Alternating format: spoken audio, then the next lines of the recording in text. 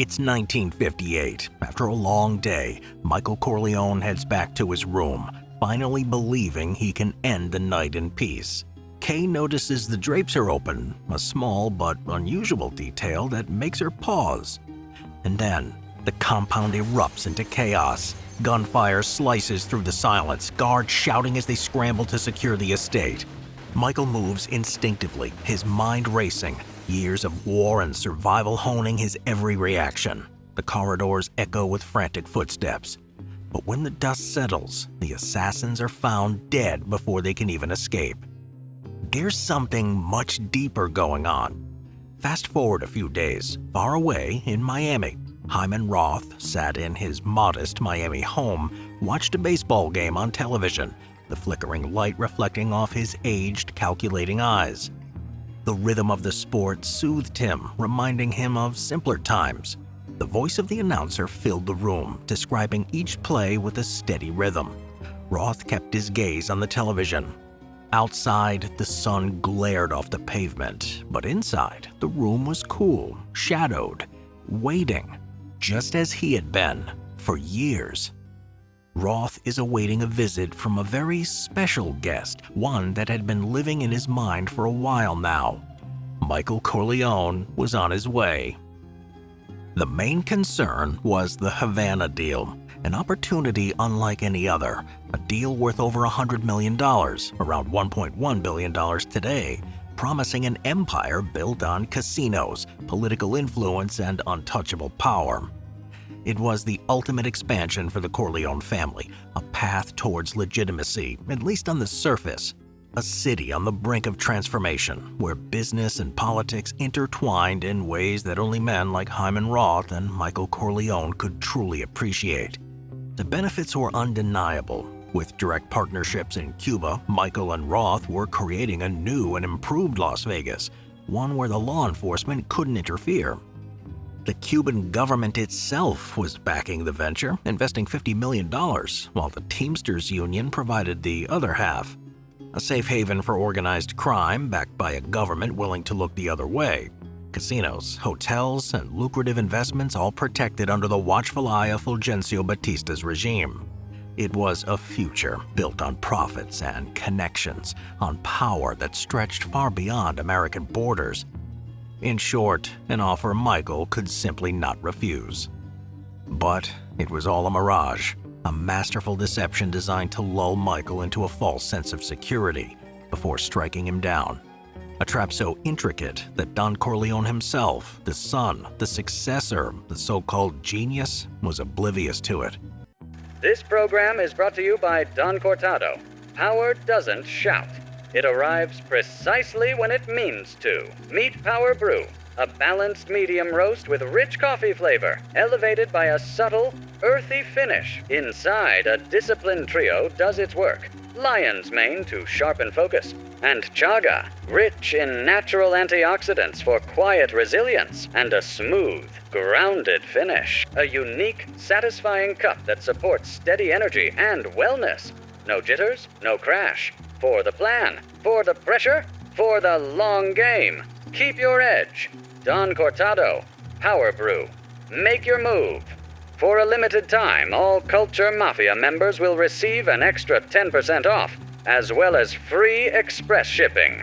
But hurry, this is a very limited run. And now let's get back to the film. Ciao. Roth had been waiting years for this.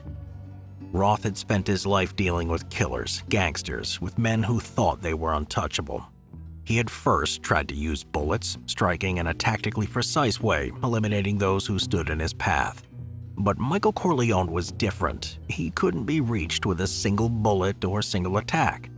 But this wasn't just any opponent, this was a Corleone. And if there was one thing life had taught Hyman Roth, it was that you don't take on a Corleone head-on. No, that would be a mistake. Ask Don Barzini. By now, Michael wasn't just the most powerful man in the underworld, his reach extended far beyond it, into politics, into business, into places Roth himself had spent a lifetime cultivating. An outright war against Michael Corleone? Roth was a veteran by now, he knew better. The first strike had been with bullets, tactically precise, calculated, aimed at eliminating Michael Corleone where he was strong, in the sanctuary of his own home. But Michael survived. That failure forced Roth to rethink his approach. Sun Tzu had taught the true path to victory: avoid what is strong and strike at what is weak. The Lake Tahoe assassination attempt had been calculated, the timing exact, but Michael had survived. That failure forced Roth to rethink his strategy, to move from brute force to subtlety. He believed in patience, in the long game, and like all men who understood revenge, he subscribed to the old Sicilian maxim, revenge is a dish best served cold. So he waited once again. He found the right moment. He still had a much better weapon, a Corleone, not just any Corleone, Michael's own brother. Michael had survived direct confrontation, but Roth didn't need to kill him, not yet. No man, no empire, no dynasty was ever invincible. The key was never in the walls that they built around themselves, but in the cracks within their foundation. And Fredo was that crack. He only needed to weaken him, and so he struck where Michael was vulnerable, at the one place no amount of power or strategy could defend: his own blood. Family was Vito's greatest strength, but Michael's greatest weakness. And Fredo, desperate for validation, aching for recognition, was the perfect opening. Fredo danced on Roth's puppet strings, oblivious to the game he was playing. And Michael had no idea that his own blood was the chisel being used to dismantle his empire. You see, Roth's relationship with Fredo didn't start with this mess. It went back years, back to the Five Families War, back to when Vito Corleone barely survived an assassination attempt and sent Fredo to Vegas to learn the casino business. Fredo was supposed to learn the casino business under Mo Green, but what he really learned was loyalty to Mo, to Johnny Ola, and to Roth. And to a man like Hyman Roth, a man who played the long game, someone like Fredo was invaluable. Fredo had always been the outsider, overlooked, underestimated. He wanted to be respected, to matter in a world that only saw him as Michael's shadow. That desire made him easy to mold, easy to manipulate. And Roth had been shaping him for years, a man desperate to prove his worth. And men like that, they're easy to mold. So Roth poured into him friendship, opportunity, respect. He made Fredo feel important. He made him feel seen. And now, all that careful work was about to pay off. Michael Corleone had no idea. Not yet, but he would. And when he did, it would already be too late. So why all this hatred towards Michael? Ever since Michael put a bullet through his closest friend, his protege, his business partner, Mo Green. Michael Corleone had made it personal. He might have convinced himself that it wasn't, but even a blind man can see the truth. Roth was a master of the game of power and the art of war. He was just on a whole nother level. Far more cunning and duplicitous than a Don Barzini, and much more experienced than the ambitious Virgil Sollozzo. I don't think people understand. We honestly need a whole video just to break down the principles of the art of war Roth utilized. A true masterclass in the game of power. As scorching sun rises over the Syrian desert, casting its relentless heat upon the dust-choked battlefield where two civilizations are about to collide, the Byzantine Empire, the last great superpower of the ancient world, has assembled an army so vast it stretches beyond the horizon. They march forward, armored and confident, believing their sheer numbers will shatter the resistance before them. But beyond the dunes, hidden in the shimmering haze, waits a commander who sees not numbers, but opportunity. Khalid ibn al-Walid, the Sword of God. Unlike his adversaries, who rely on brute force and defensive strongholds, Khalid fought with speed and superior tactics. The Byzantines, believing in their numerical superiority, amassed over 100,000 men, confident they would crush the smaller Muslim force of around 30,000. Yet what they failed to understand was that Khalid was not looking for a battle of strength. He was looking for a battle of weakness. When Khalid assumed command of the Muslim forces at Yarmouk, he quickly assessed the battlefield. The Byzantines held the advantage in manpower, heavy cavalry, and fortified positions. If it was to stand a chance, he would need to avoid as much as possible a traditional head-on confrontation. he orchestrated a strategy that used terrain, deception, and mobility to shift the odds in his favor. The Byzantine commander, General Vahan, believed that brute strength would decide the battle. He assumed that his heavy infantry and superior numbers would crush Khalid's smaller army in a single engagement. But Vahan fought the war he wanted to fight, not the one he was actually in.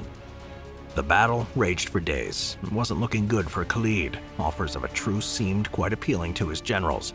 After all, repelling such an army for this long was an achievement in itself. But Khalid recognized this as growing desperation among the Byzantines. He ordered his center forces, composed of veteran infantry, to feign weakness, gradually pulling back in a controlled retreat. Dust rose in thick clouds as the Byzantines, sensing victory, surged forward, their heavy infantry trampling over fallen comrades in their eagerness to break the Muslim lines. What they didn't realize was that they were advancing deeper into a funnel Khalid had designed.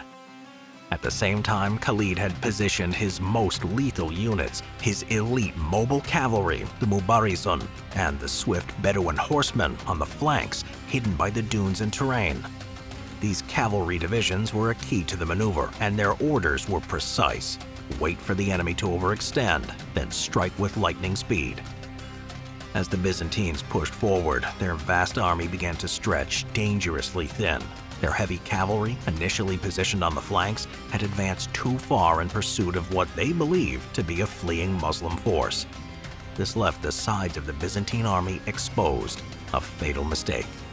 Then came Khalid's signal, a high-pitched war cry slicing through the din of battle like the cry of an eagle. At that moment, the wings of the Muslim army erupted into action. On the right flank, Khalid personally led his cavalry in a devastating charge, smashing into the Byzantine left wing with a terrifying force. The light Arab cavalry, unburdened by heavy armor, moved with unparalleled speed, darting between the slower Byzantine horsemen, cutting them down before they could react. Swords flashed in the sunlight, and the Byzantines, caught off guard, fell into disarray. On the left flank, another division of Khalid's cavalry under Ibn Amir mirrored the assault. With spears leveled and war cries piercing the desert air, they tore through the Byzantine right wing, severing it from the main body of the army. The Byzantines, now compressed in the center, began to realize they had been lured into a kill zone. But it was too late. With both wings collapsed, Khalid ordered his center to halt the retreat and launch a full-scale counterattack. The infantry, reinvigorated, surged forward with renewed fury, slamming into the heart of the Byzantine formation. From behind, Khalid's cavalry, having obliterated the enemy flanks, now wheeled around in a crescent formation, cutting off their retreat.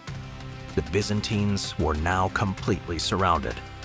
Panic set in. The sheer mass of soldiers crammed together created chaos. Horses reared, men trampled one another, and Byzantine officers shouted contradictory orders. Those at the back, realizing the trap, attempted to flee, only to find themselves blocked by steep ravines that bordered the battlefield.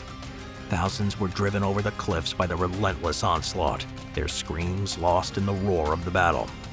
In the center of this maelstrom, General Vahan and his remaining officers desperately tried to rally their troops, but discipline had shattered. The once mighty Byzantine army, the largest force they had assembled in decades, had become a writhing mass of desperation. With no escape, the once mighty army had been decimated. The encirclement tightened like a noose, and Khalid gave the final order: advance and finish it. The Muslim warriors pressed inwards, swords flashing, spears thrusting. Byzantine soldiers, seeing no way out, threw down their weapons and tried to surrender. But in the heat of battle, few were spared. By the time the sun dipped below the horizon, over 50,000 Byzantine soldiers lay dead. The once proud army of Emperor Heraclius had been wiped from the battlefield, its survivors scattering into the desert, leaderless and broken. General Vahan barely escaped, his dignity in ruins. The Byzantine dream of holding Syria had collapsed in a single, decisive battle. Khalid ibn al-Walid had executed a perfect double envelopment, a maneuver used by only the greatest generals in history: Hannibal at Cannae, Genghis Khan at the Khalkha River, and Napoleon at Austerlitz. But what's more impressive is that Khalid did it against overwhelming odds. His victory at Yarmouk was not won by brute force, but by strategy. He refused to fight where the enemy was strong, instead striking where they were weak. He didn't allow the Byzantines to dictate the battle. He shaped the battlefield itself. Hence why, even with inferior numbers and even weaponry, he still managed to succeed. Khalid ibn al-Walid, the Sword of God, had fought over 40 battles. He did not lose a single one, making him one of only 3 commanders in history to have never lost a battle. How Rome finally outsmarted Hannibal. Hannibal Barca wasn't just a general, he was a force of nature. The Romans had never faced anyone like him. After Cannae in 216 BCE, where he annihilated an army twice his size, the Republic could have surrendered. Many cities in Italy, terrified and awestruck, did just that, defecting to Hannibal. But Rome refused to break.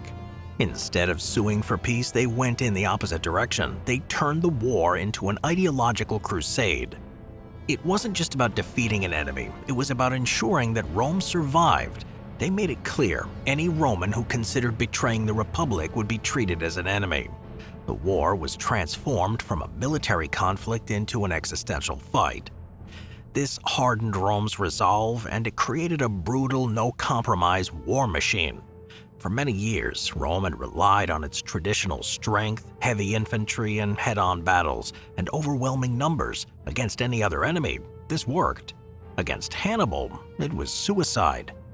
He was too fast, too unpredictable, and too brilliant. His army was made up of diverse, specialized warriors, Numidian cavalry, Iberian swordsmen, and Gaulish berserkers. He fought with fluidity, adapting to every battlefield. Rome, on the other hand, was rigid, and that's why they lost, over and over again. Then came Quintus Fabius Maximus, the man who rewrote Rome's war playbook. He realized the truth. Hannibal couldn't be beaten on the battlefield. So Rome stopped fighting him directly. Instead, they waged a war of exhaustion.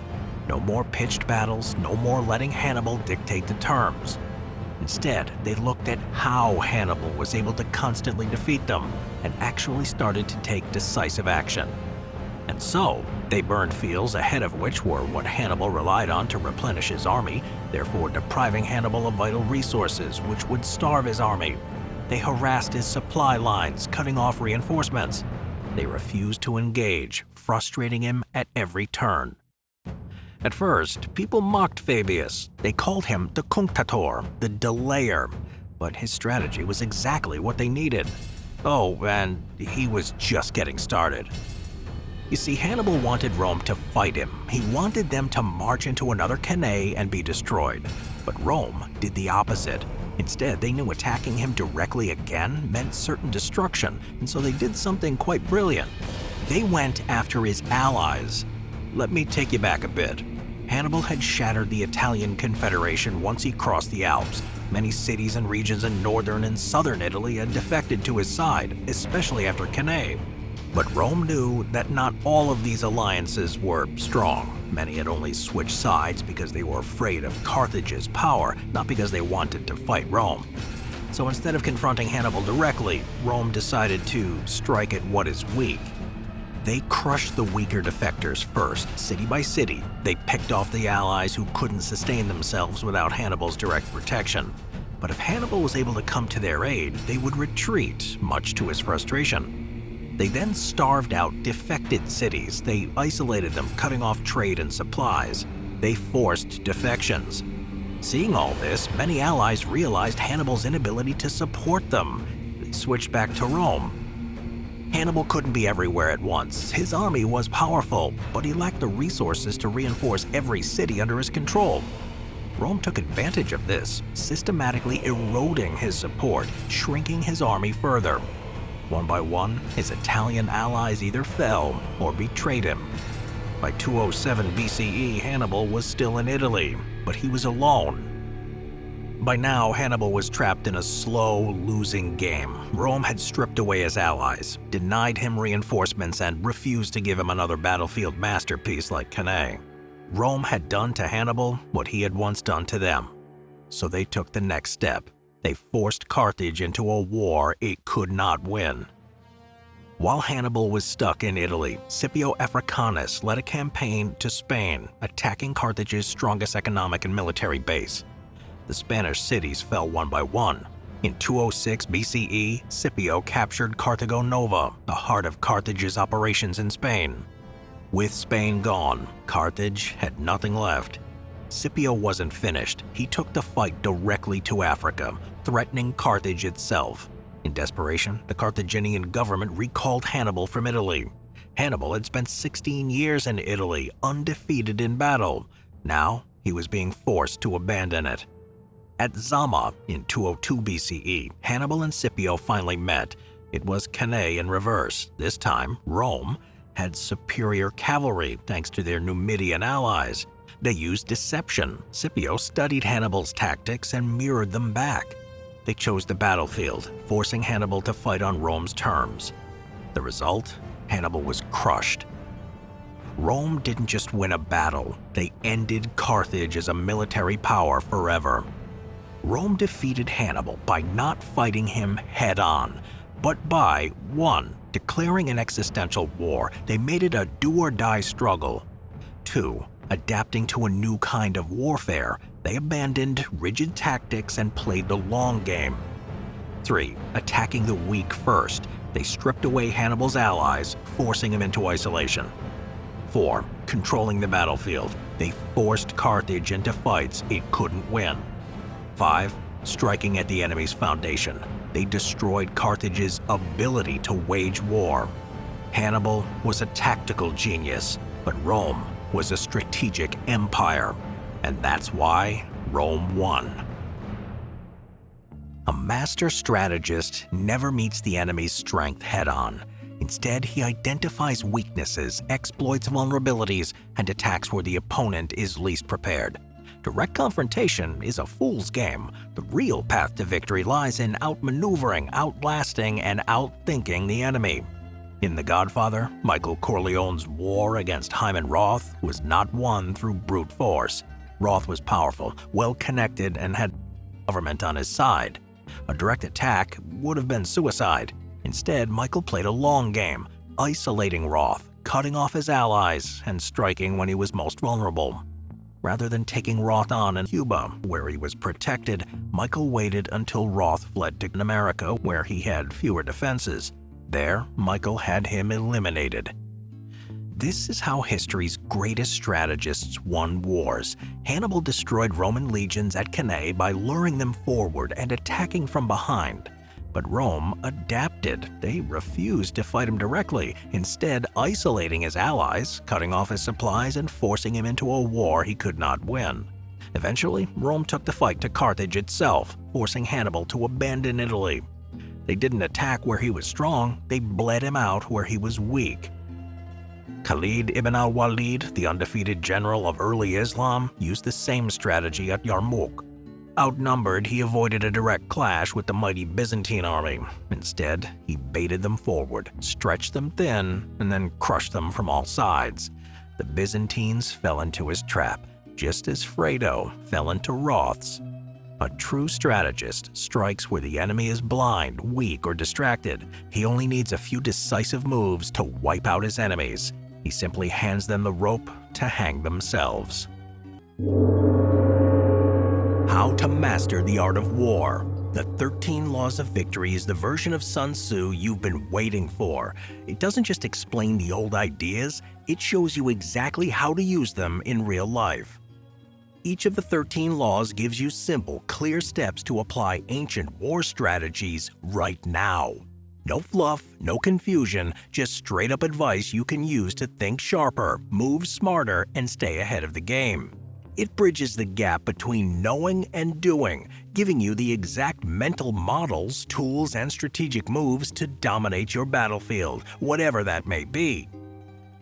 If the original felt too vague or hard to apply, this book finally makes it clear, practical, and powerful. Learn how you can win the game and be so far ahead of your competition you won't even be playing the same game.